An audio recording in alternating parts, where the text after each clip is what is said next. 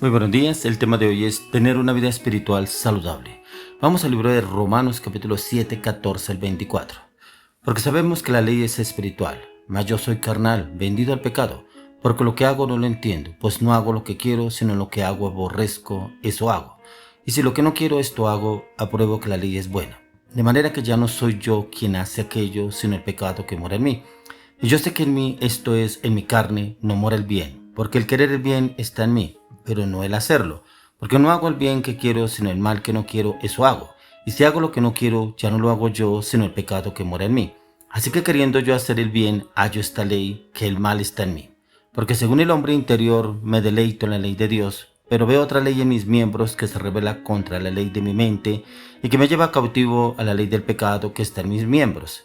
Miserable de mí, ¿quién me librará de este cuerpo de muerte? Tener una vida espiritual saludable. Encontramos al apóstol Pablo, cómo se expresa diciendo sus debilidades. Pero lo que más me impacta en este texto que acabamos de leer es que él lo reconoce. Él reconoce delante del Señor quién es Él, cómo es Él. Se conoce realmente quién es Pablo y cómo el Señor podría cambiarlo y transformarlo a Él. Él expresa y le dice al Señor quién es Él y lo habla al pueblo judío. ¿Quién es Él realmente, Pablo? ¿Será que usted, cuando va delante de la presencia del Señor, si usted quiere tener una vida espiritual saludable, le expresa al Señor, le dice cómo es su vida? ¿Cómo es usted? ¿Es una persona de doble ánimo? ¿Es una persona inconstante, inestable, insegura? Algo así como cuando el Señor llamó a Moisés. Moisés le dijo, Señor, no sé hablar, soy tartamudo para hablar, soy terco al hablar, soy tosco al hablar. Él se expresó así. Jeremías le dijo al Señor, Señor, yo soy un niño. Prácticamente no se creía apto para que el Señor lo usara de una manera sobrenatural. Pablo, encontramos que antes era Saulo de Tarso, un hombre soberbio, orgulloso, altivo, prepotente, un hombre conocedor de la ley, un hombre conocedor de la palabra, ya que este hombre fue formado por Gamaliel, uno de los mejores de la época que lo formó en las escrituras. Pero así lo llevó también, él se fue formado, un hombre grotesco, altivo, orgulloso, prepotente, que perseguía a los cristianos para matarlos, y él creía que estaba haciendo la obra de Dios, que estaba obrando bien, porque veía que los cristianos no eran de Dios, y los buscaba para matarlos, otros los encarcelaba. Pero ¿cómo aquí expresa quién es realmente Pablo? ¿Qué era lo que estaba viviendo él? ¿Qué era lo que estaba pasando con él? Y él lo mismo lo dice, y si hago lo que no quiero, ya no lo hago yo, sino el pecado que mora en mí. Él sabía que el pecado moraba en él, cuál era lo que se movía en sus pasiones, sus deseos, porque aunque era un hombre transformado en el poder del Espíritu Santo, aún él luchaba con sus pasiones, aún él luchaba con sus deseos, aún él luchaba con sus sentimientos. No quiere decir que cuando usted y yo llegamos a la vida cristiana, todo va a ser color de rosa, todo automáticamente ya vivimos, como dicen algunos, levitando. No, por eso aquí el apóstol Pablo hace una referencia y nos dice que él prácticamente muere a ese cuerpo, que él prácticamente, esos miembros tienden a hacer otra cosa, pero realmente lo que él lo vivifica es el espíritu que Dios le dio a él, y que ese espíritu pide que se conecte, que se ligue al espíritu de Dios para hacer la obra perfecta en Dios. Yo me imagino al apóstol Pablo prostrado, humillado delante de la presencia del Señor, y que el Señor doblegara esa carne, doblegara esas emociones, esos pensamientos, esos deseos que pronto lo frustraban al apóstol Pablo, que es la descripción que hace en Romanos 7. Y cómo viene para que el Señor lo convierta esa debilidad en fortaleza. Claro que usted y yo lo podemos hacer. Pero lo más impactante de Pablo era que era un hombre de oración, era un hombre de entrega, era un hombre de clamor delante de la presencia del Señor. Y siempre buscaba la presencia de Dios, siempre buscaba que el Señor lo respaldara. Él tenía el conocimiento, pero no tenía las habilidades, no tenía las estrategias del Espíritu Santo. Por eso él buscaba cómo el Señor lo respaldara para cada situación que tenía que afrontar, porque eran situaciones muy difíciles las que él tenía que vivir y tenía que ir a llevar la palabra, pero aún así, como era afrentado, era golpeado, era flagelado, era encarcelado, pero aún así él perseveraba en el propósito, en el llamado de Dios. Y era una vida espiritual saludable. ¿Por qué? Porque él a diario se esforzaba por agradarle al Señor.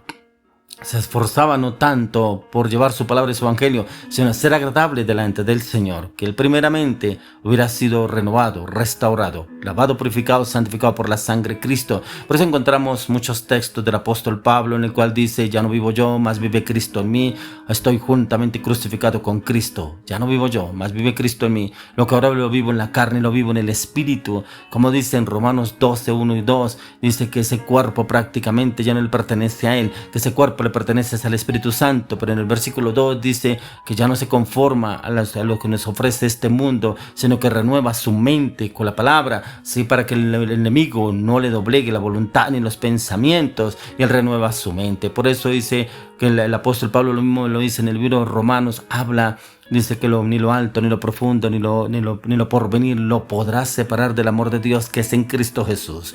Cuántas palabras el apóstol Pablo se ensañó tanto en afirmarlas y tener la convicción y la determinación que era el Señor Jesucristo quien gobernaba, dominaba su vida y lo guiaba, lo orientaba, y cómo encontrar este hombre con una vida espiritual saludable, un hombre totalmente dispuesto al propósito y al llamado de Dios. Y era porque él buscaba que el Señor lo aprobara en todo, no los hombres. Él era Dios, porque antes era un hombre, Saulo de Tarso, que le agradaba a los hombres, a sus autoridades, a los altos jerarcas de la iglesia.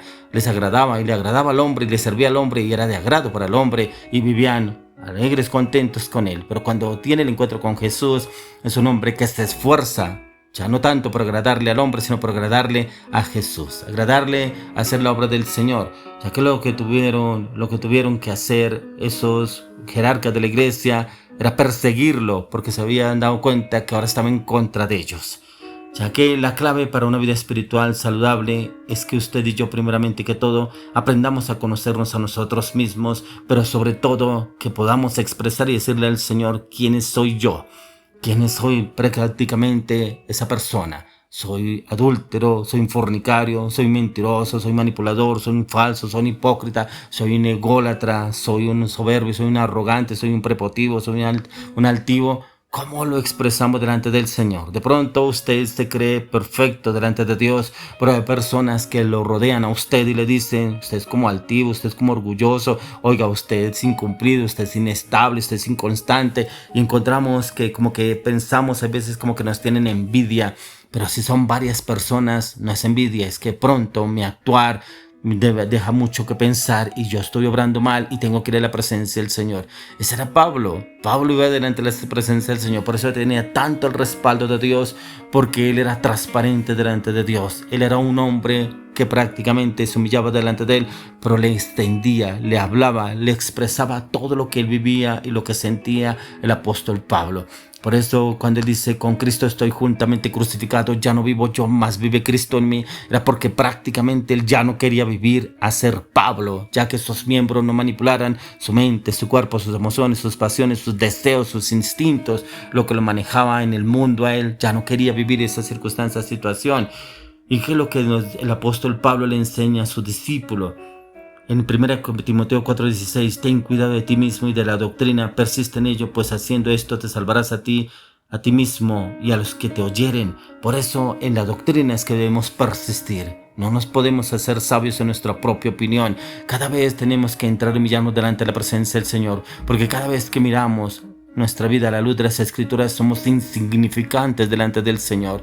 Somos prácticamente, hoy sí, como algunos dicen, que somos como la arena del mar, minimétricamente pequeños delante del Señor, ante ver su majestuosidad, su poderío, su señorío, ante ver todo lo que Él creó. Dice que Él es el dueño de todo lo visible y lo invisible, que Él creó los cielos y la tierra, que Él es el dueño de todo. Entonces, ¿dónde estamos usted y yo para que el Señor realmente se hubiera fijado en usted y en mí?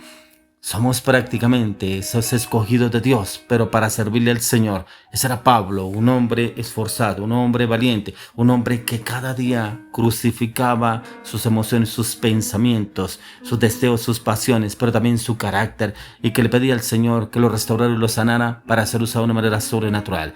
Para tener una vida espiritual saludable, primeramente debemos morir a todo lo que nos ata a este mundo. Si a usted todavía lo mueven las pasiones, los deseos, los sentimientos, los gustos, el anhelo por poseer cosas materiales, por poseer posesiones, por poseer tierra, por poseer dinero, por poseer lo que ofrece este mundo, no es agradable delante del Señor. Pero si usted muere a todos esos deseos y pasiones, el Señor le hará mucho más de lo que usted está pidiendo para que usted pueda tener una vida espiritual saludable en Cristo Jesús.